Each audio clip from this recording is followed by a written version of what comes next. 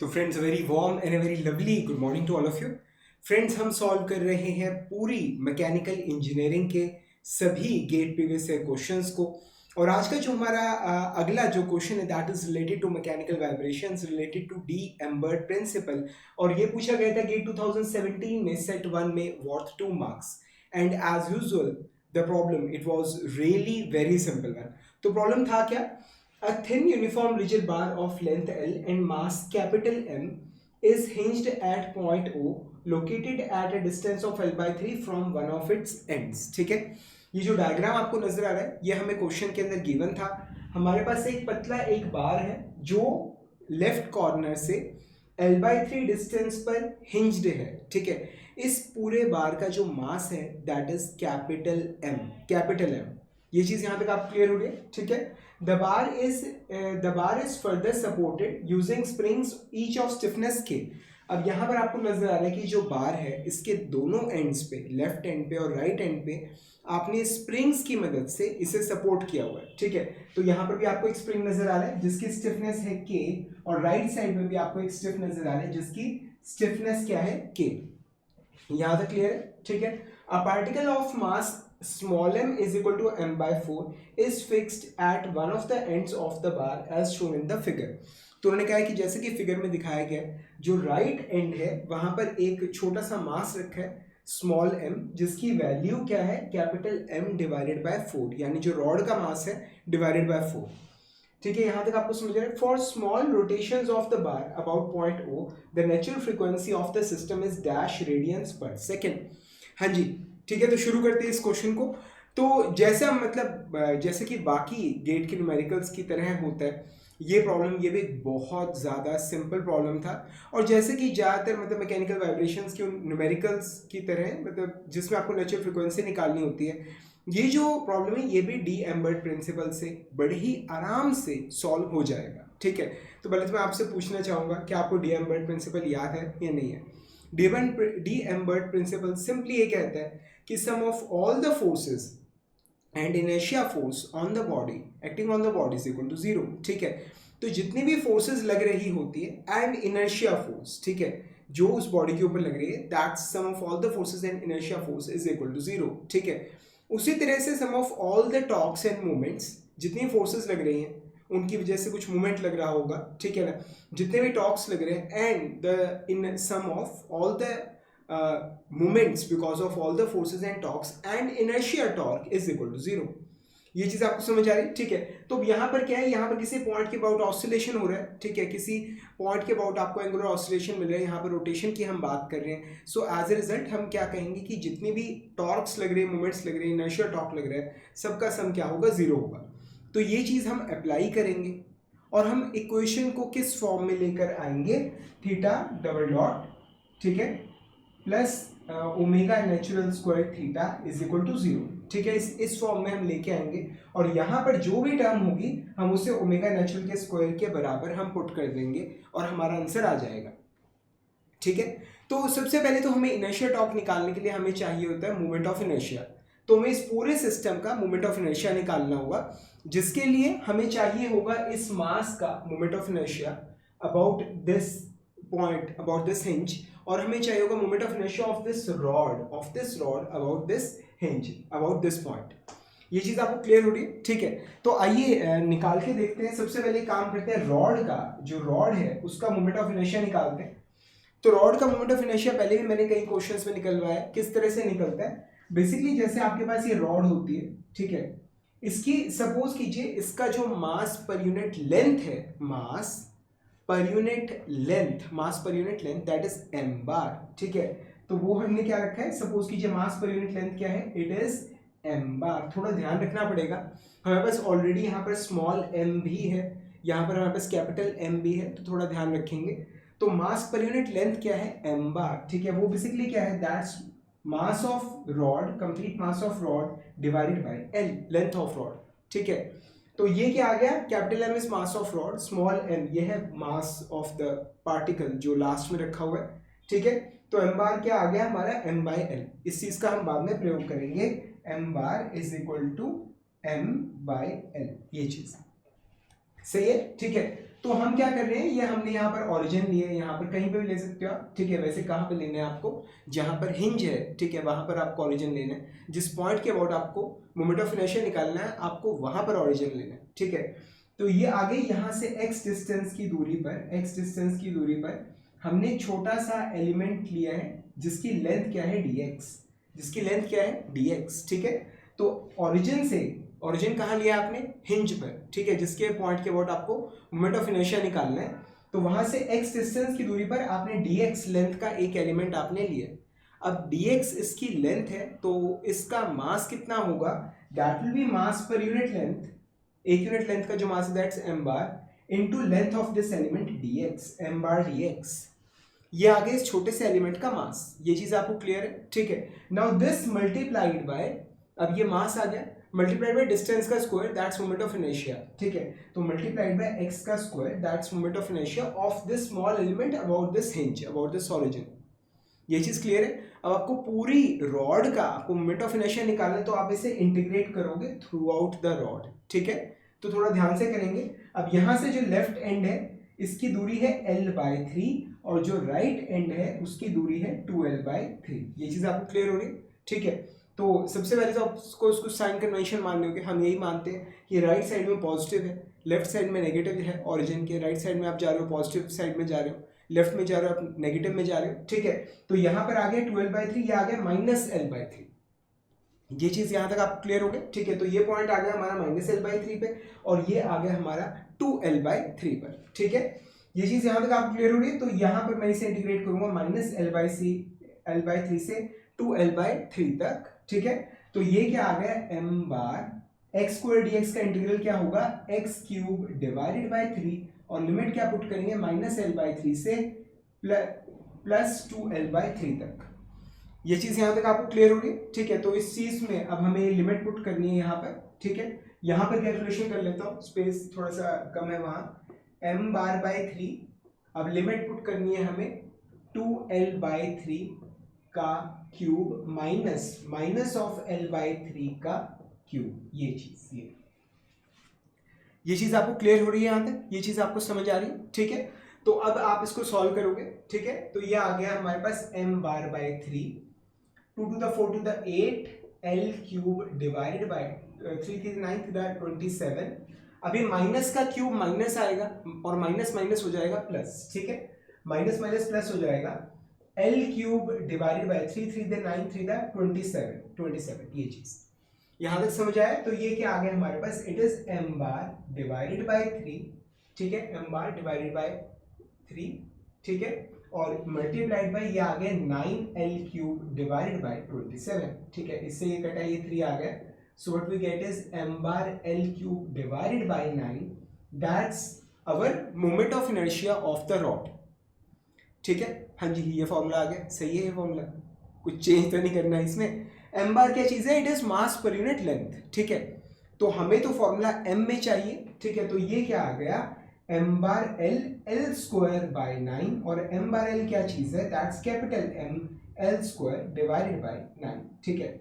ये चीज अगर ना मतलब जैसे आप यूनिट्स भी देखोगे ना, मास इनटू डिस्टेंस का स्क्वायर, ठीक है, तो मतलब आपसे कभी गलती होगी ही नहीं। जब आप मास इनटू लेंथ का क्यूब देखोगे, ठीक है, मास इनटू लेंथ का क्यूब देखोगे तो आपको अपने आप ही समझ आ जाएगा कि भाई ये मास नहीं है, ये कुछ और चल रहा है, ठीक है ना। मास इनटू डिस्टेंस का स्क्वायर ये होता है मोमेंट ऑफ इनर्शिया का, अगर आप डायमेंशंस देखोगे, ठीक है। तो यहाँ पर मास इनटू लेंथ का क्यूब है, ठीक है ना। तो अपने आप ही समझ आते हैं कि यार कुछ तो चल रहा है यहाँ पे। बेसिकली ये क्या चीज़ है, मास पर यूनिट लेंथ, मास नहीं है, मास पर यूनिट लेंथ है, ठीक है ना। तो ml² बाय 9 ये हमने रॉड का जो मोमेंट ऑफ इनर्शिया वो निकाल लिया, ठीक है। तो यहाँ पर रॉड का जो मोमेंट ऑफ इनर्शिया वो लिख लेता हूँ। तो ये I किसका, रॉड का। अब मुझे नहीं मालूम कि आपकी स्क्रीन पे नजर आ रहा है नहीं, ठीक है, नहीं आ रहा है नजर, ओके कोई दिक्कत नहीं, मैं यहाँ पे लिख लेता हूँ I फॉर रॉड, ये क्या है, m कैपिटल M आएगा, थोड़ा ध्यान रखेंगे, कैपिटल M² डिवाइडेड बाय 9। समझ आ रहा है, ठीक है। तो अब आपको इसी बहाने मतलब रॉड का मोमेंट ऑफ इनर्शिया निकालना आ गया।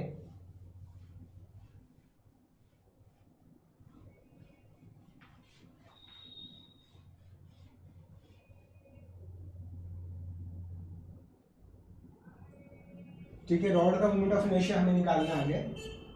अब आइए जो लास्ट में मास जो रखा हुआ है उसका मोमेंट ऑफ इनर्शिया निकालते हैं, और उसमें तो खैर निकालने में कुछ नहीं है, ठीक है। आई पार्टिकल का जो लास्ट में पार्टिकल रखा हुआ है, it is simply mass into distance का स्क्वायर, मास इनटू 2L/3 का square, and that will give us our answer, ठीक है। तो ये क्या आ गया, अब यहाँ पर मास की वैल्यू क्या है, इट इज कैपिटल M/4, ठीक है। तो ये बड़े ध्यान से पुट करेंगे, M/4 into 2⁴L² divided by 9, तो ये आ गया ml² डिवाइडेड बाई 9, 4 से 4 कट जाएगा, ml²/9, ये चीज ml²/9। समझ आ रहे हैं यहाँ तक, ये चीज आप क्लियर हो रही है, ठीक है। तो अब पार्टिकल का मोमेंट ऑफ इनर्शिया वो भी ml²/9 आ रहा है, जो पूरी रॉड है उसका moment of inertia about the hinge ये भी ml²/9 आ रहा है, ठीक है। तो टोटल जो मोमेंट ऑफ इनर्शिया आएगा, टोटल पूरे सिस्टम का जो मोमेंट ऑफ इनर्शिया आएगा अबाउट द हिंज, वो क्या होगा, ml²/9 प्लस ml²/9। जो गलती मैं कर रहा हूँ वो आपने नहीं करनी, ठीक है। यहाँ पर थोड़ा कैपिटल और स्मॉल का थोड़ा ध्यान रखेंगे, ठीक है। नॉर्मली फर्क नहीं पड़ता, पर यहाँ पर दो मासेस हैं, 2ml²/9, ये हमारा मोमेंट ऑफ इनर्शिया आ गया, समझ आ गया, ठीक है। तो मोमेंट ऑफ इनर्शिया आ गया, तो इनर्शिया टॉर्क अपने आप निकल आया, ठीक है। Simply moment of inertia into theta double dot, ठीक है, एंगुलर एक्सेलरेशन। तो ये क्या आ जाएगा, आई यानी 2ml²/9, ये आई आ गया इनटू थीटा डबल डॉट, ठीक है। ये थीटा की चीज है, that's angular displacement, theta dot यानी एंगुलर डिस्प्लेसमेंट का first derivative, that's angular velocity, और थीटा डबल डॉट ये क्या है, एंगुलर डिस्प्लेसमेंट का सेकंड डेरिवेटिव, ठीक है। So that's our angular acceleration. ये चीज आपको क्लियर हो रही है, ठीक है। अब आइए बस अब स्प्रिंग की वजह से फोर्स देखते हैं, और उसकी वजह से मोमेंट्स क्या आ रहे होंगे वो देखते हैं, उसकी वजह से मोमेंट्स क्या आ रहे होंगे वो देखते हैं, ठीक है। तो आइए देखिए जरा, जब सपोज कीजिए, मतलब जैसे आपने इस मास को नीचे खींच के छोड़ दिया, so what will happen is it will start vibrating, इस तरह से वाइब्रेट करना शुरू कर देगा, इट विल स्टार्ट वाइब्रेटिंग, ठीक है। तो किसी इंस्टेंट पे सपोज कीजिए, किसी इंस्टेंट पर इसकी जो पोजीशन है हमारे सिस्टम की, that is something like this, कुछ इस प्रकार लाइक दिस, ये चीज, ठीक है। यहां पर ये डिफ्लेक्शन आ रही है, यहां पर ये डिफ्लेक्शन आ रही है, ये चीज, ठीक है, क्लियरली नजर आ रही है। ये जो स्प्रिंग है ये एलोंगेट हो रहा होगा, और वो वाला जो स्प्रिंग है वो कंप्रेस हो रहा होगा, सही कह रहे हो, ठीक है। तो ये जो स्प्रिंग है, जब ये मतलब जो रॉड है, it is making an angle theta with the horizontal, ये एंगल थीटा मैंने ड्रॉ किया, ठीक है। तो ये वाला जो स्प्रिंग है एलोंगेट हो रहा है, सपोज कीजिए इसका एलोंगेशन है Δ1, ठीक है, और दूसरी साइड से जो स्प्रिंग है वो कंप्रेस हो रहा है, सपोज कीजिए उसका जो कंप्रेशन है दैट्स Δ2। और मजे की बात देखिए क्या, कि जब स्प्रिंग एलोंगेट होगा तो ये इसे नीचे की तरफ खींचेगा, नीचे की तरफ, ठीक है, और वहां से जब स्प्रिंग कंप्रेस होगा तो वो इसे ऊपर की तरफ धक्का देगा, ऊपर की तरफ, ठीक है। और हिंज के अबाउट, क्या बोल रहा हूं मैं, हिंज के अबाउट अगर आप मोमेंट्स देखें इन दोनों फोर्सेस के, तो ये जो फोर्स है इसका मोमेंट भी एंटी क्लॉकवाइज होगा, और वो जो अपवर्ड फोर्स है राइट साइड पे उसका भी मोमेंट क्या होगा, एंटी क्लॉकवाइज होगा। इसमें कोई दिक्कत है तो आप बताओ, ठीक है। हाँ जी, अगर कोई डाउट है तो आप बताइए, ठीक है ना। कैसे बताओगे सर, वीडियो में कैसे बताएंगे, नीचे भाई कमेंट्स में बता दो, कोई दिक्कत नहीं है, और मुझे मालूम है डाउट होगा नहीं, कोई दिक्कत है नीचे कमेंट्स में बताओ, ठीक है ना, तो मैं उसका रिप्लाई जरूर डालूंगा। तो ये स्प्रिंग है, ये अलोंगेट हो रही है, नीचे खींचेगा, इस हिंज के अबाउट इसका जो मोमेंट है वो एंटी क्लॉकवाइज होगा, और ये जो स्प्रिंग है कंप्रेस होगा, ये ऊपर धक्का देगा, इस हिंज के अबाउट इसका जो मोमेंट है वो अगेन एंटी क्लॉकवाइज होगा। तो दोनों के मूवमेंट्स जो होंगे वो ऐड करेंगे, डायरेक्टली ऐड होंगे। ये चीज समझ आ रही, ठीक है। तो आइए पहले तो ये स्प्रिंग फोर्स निकालते हैं, फिर इसका मूवमेंट निकालेंगे, फिर वो स्प्रिंग फोर्स निकालेंगे, फिर उसका मूवमेंट निकालेंगे। आइए देखते हैं क्या आ रहा है, ठीक है। अब ये लेंथ कितनी है, L/3, ये लेंथ कितनी है, L/3, हाँ जी, ये चीज समझ आ रही है, लेंथ कितनी है, L/3, ठीक है। नाउ दिस एंगल, ये एंगल है theta, this angle is theta, तो ये Δ1, ये एलोंगेशन कितना आएगा, L/3 थीटा। इसमें किसी को कोई दिक्कत है, theta is really very small angle, question में मेंशन्ड है स्पेशली, ठीक है ना। तो ये एलोंगेशन आ गई, तो स्प्रिंग फोर्स क्या होगा, मल्टीप्लाइड बाय k, ठीक है, it is elongation into stiffness, ये चीज समझ आए। So that's our spring force, ठीक है। तो ये स्प्रिंग फोर्स निकाल ली, तो इसका मूवमेंट क्या होगा, force multiplied by perpendicular distance, ठीक है। तो ये फोर्स लग रही है यहाँ पे, इस पॉइंट पे नीचे की तरफ फोर्स लग रही है, ये डिस्टेंस कितना है, ये डिस्टेंस है L/3, so multiplied by L/3, ये क्या चीज है, दैट्स आवर मूवमेंट, ठीक है ना। ये क्या है, this is the movement of the spring force जो ये लेफ्ट एंड पे लग रहा है, ठीक है। तो ये क्या आ गया, ये आ गया हमारा KL²/9 थीटा, ये चीज KL²/9 थीटा, समझ आ रहा है, ठीक है। ये भी यहां पे नोट कर लेता हूं, पहले स्प्रिंग फोर्स का मूवमेंट क्या है, KL²/9 थीटा, ये चीज समझ आ रहा है यहां तक आपको, ठीक है। अब आइए इसी तरह से अगला जो स्प्रिंग फोर्स है उसका मूवमेंट हम निकालते हैं, सेम इसी तरह से निकलेगा। यहां पर आपको ये स्प्रिंग ये कंप्रेस हो रहा है, ठीक है। ये कंप्रेशन, सबसे पहले तो ये लेंथ कितनी है आप बताइए, लेंथ कितनी है, दैट्स 12/3, 12/3 ये लेंथ कितनी है, यहां से लेकर यहां तक लेंथ कितनी है, 12/3, ठीक है। अब ये अलोंग ये जो कंप्रेशन है, डिस्प्लेसमेंट है, ये कितना आएगा, that is length multiplied by angle theta. इसमें कोई डाउट है आपको, ठीक है, सिंपली मतलब रेडियस इनटू एंगल, ये हमारी आर्क लेंथ आ गई, ठीक है ना, ये आ गया। अब स्प्रिंग की स्टिफनेस कितनी है, के, so this is compression multiplied by के, ये क्या आ गया, ये आ गया हमारा स्प्रिंग फोर्स, ये आ गया स्प्रिंग फोर्स, ठीक है। अब उसके बाद फिर अभी स्प्रिंग फोर्स आ गया, अब इसका मूवमेंट क्या होगा, multiplied by this perpendicular distance, ये वाला यहां से लेकर हिंज तक का, ये है 12/3, सो मल्टीप्लाइड बाय 2L/3, तो ये क्या आ गया, 4L²/9 के थीटा, 4L²/9, 4 आ गया, L² आ गया, उसके बाद आ गया 4L², इट इज के थीटा बाय 9, ठीक है। ये चीज समझ आ गया, तो हमने दोनों का मूवमेंट निकाल लिया, दोनों एंटी क्लॉकवाइज हो तो डायरेक्टली ऐड होंगे, ठीक है। So plus it is 4KL² theta by 9, ये चीज समझ आ रहे हैं यहां तक, ठीक है। अब हमें ये देखना है कि जो इनर्शिया, अब ये दोनों फोर्सेस की वजह से मूवमेंट्स निकाल लिए, दोनों एंटी क्लॉकवाइज है, दोनों डायरेक्टली ऐड हो रहे हैं। अब हमें ये देखना है कि ये जो हमारा इनर्शिया टॉर्क है ये क्लॉकवाइज है एंटी क्लॉकवाइज है, ठीक है। अब बेसिकली क्या चीज है, आप ध्यान से अगर गौर करें तो हमने साइन कन्वेंशन क्या लिया है, हमने थीटा को इस तरह से मेजर किया क्लॉकवाइज डायरेक्शन के अंदर, आप देख रही हैं इसको थीटा को हमने पॉजिटिव माना, तो क्लॉकवाइज डायरेक्शन के अंदर ही एंगुलर वेलोसिटी को भी हमने पॉजिटिव माना है, और क्लॉकवाइज डायरेक्शन में ही हमने एंगुलर एक्सेलरेशन को भी पॉजिटिव माना, ठीक है। तो हम ये अज्यूम करके चल रहे हैं कि जो मास है, उस जो हमारा सिस्टम है उसके एंगुलर एक्सेलरेशन जो है एट प्रेजेंट क्लॉकवाइज डायरेक्शन में, तो जो इनर्शिया टॉर्क है वो लगता है opposite to the direction of acceleration. तो अगर एक्सेलरेशन क्लॉकवाइज है तो इनर्शिया टॉर्क कैसे लगेगा, एंटी क्लॉकवाइज डायरेक्शन के अंदर। तो जिस डायरेक्शन में आप थीटा डबल डॉट आप पॉजिटिव मान रहे हो, उसके अपोजिट डायरेक्शन के अंदर हमारा एंगुलर इनर्शिया टॉर्क लगेगा। ये चीज आपको समझ आ रही है, ठीक है। तो ये भी क्या आएगा, anti clockwise, this is also anti clockwise, this is also anti clockwise, this is also anti clockwise. मैं स्ट्रांगली रिकमेंड करूंगा राजीव, अगर आप न्यूमेरिकल्स देख रहे हो डायरेक्टली आपको चीजें समझ आ जाएंगी, कोई दिक्कत नहीं है, पर आई स्ट्रांगली रिकमेंड, अगर आप अफोर्ड कर सकते हो, अगर आपके पास टाइम है, ठीक है, if you can afford time, अगर आपके पास अभी टाइम है तो आप पहले थ्योरी के लेक्चर्स को आप बिल्कुल ढंग से देखिए, ठीक है। अब न्यूमेरिकल देख रहे हो तो देख लो, ठीक है, सारे देख डालो, कोई दिक्कत नहीं है, पर उसके बाद मेरा जी मतलब आपका कंसेप्ट आपका अगर क्लियर हो तो उससे मतलब ज़्यादा बेटर कुछ नहीं हो सकता।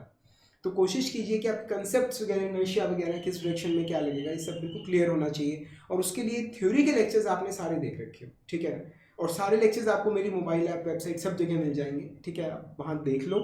उसके बाद जब आप क्वेश्चंस करोगे तो सब बिल्कुल बढ़िया समझ आएगा। अगर टाइम कम है तो सिर्फ सॉल्यूशंस देख लेना। मेरा आपसे वादा है किसी भी सब्जेक्ट के आप मेरे सारे सॉल्यूशंस देख डालो, कोई भी सब्जेक्ट पकड़ो, उसके जितने 10 15 20 क्वेश्चन जितने मैंने कराए हैं वो सारे देख डालो, आपको सब कुछ समझ आ जाएगा, सब कुछ आपको बिल्कुल क्लियर हो जाएगा, ठीक है ना, समझ आ रहा है, ठीक है। तो according to D'Alembert principal, ठीक है, जितने भी मूवमेंट्स और टॉर्क्स लग रहे हैं plus inertial torque that's equal to 0, ठीक है। तो इनर्शियल टॉर्क क्या आ गया, 2mL²/9 थीटा डबल डॉट, ठीक है, प्लस अब ये है KL², ये है 4KL², दोनों को जोड़ देंगे तो क्या आ जाएगा, 5KL², 5KL² theta by 9 is equal to 0, ये चीज समझ आ रहे हैं, ठीक है। तो ये आ गया theta double dot plus 5kl² by 9 2ml² by 9 theta is equal to 0। ठीक है, तो अब ये l² से l² कट गया, 9 से 9 कट गया। ठीक है, मेरे पास इक्वेशन क्या बच रही है, theta double dot plus 5k by 2m theta is equal to 0। Equation नजर आ रही है या नहीं आ रही है? ठीक है, समझ आ रहा है? ठीक है, तो मैंने आपको जब प्रॉब्लम शुरू किया था तो मैंने बताया था कि हम कंपेयर करेंगे इसे किस इक्वेशन से, theta double dot plus omega natural square theta is equal to 0। और कंपेयर करके क्या है कि ये जो टर्म है दैट्स बेसिकली ओमेगा नेचुरल का स्क्वायर। समझ आ रहा है? ठीक है, तो हमारे इस हिसाब से ओमेगा नेचुरल क्या आ गया, is equal to square root of 5k divided by 2m। ये चीज समझ आ रहा है? ठीक है, so friend that's how we solve this such a simple problem. ठीक है, पूरी की पूरी मैकेनिकल इंजीनियरिंग के सभी सब्जेक्ट, सभी लेक्चर्स मेरी मोबाइल ऐप और मेरी वेबसाइट दोनों जगह पे अवेलेबल है। अगर आप चाहें तो उन्हें एक्सेस कर सकते हैं। अब हम मिलेंगे अगले लेक्चर के अंदर एक नई डिस्कशन के साथ। तब तक के लिए friends, thank you very much and wish you all the best.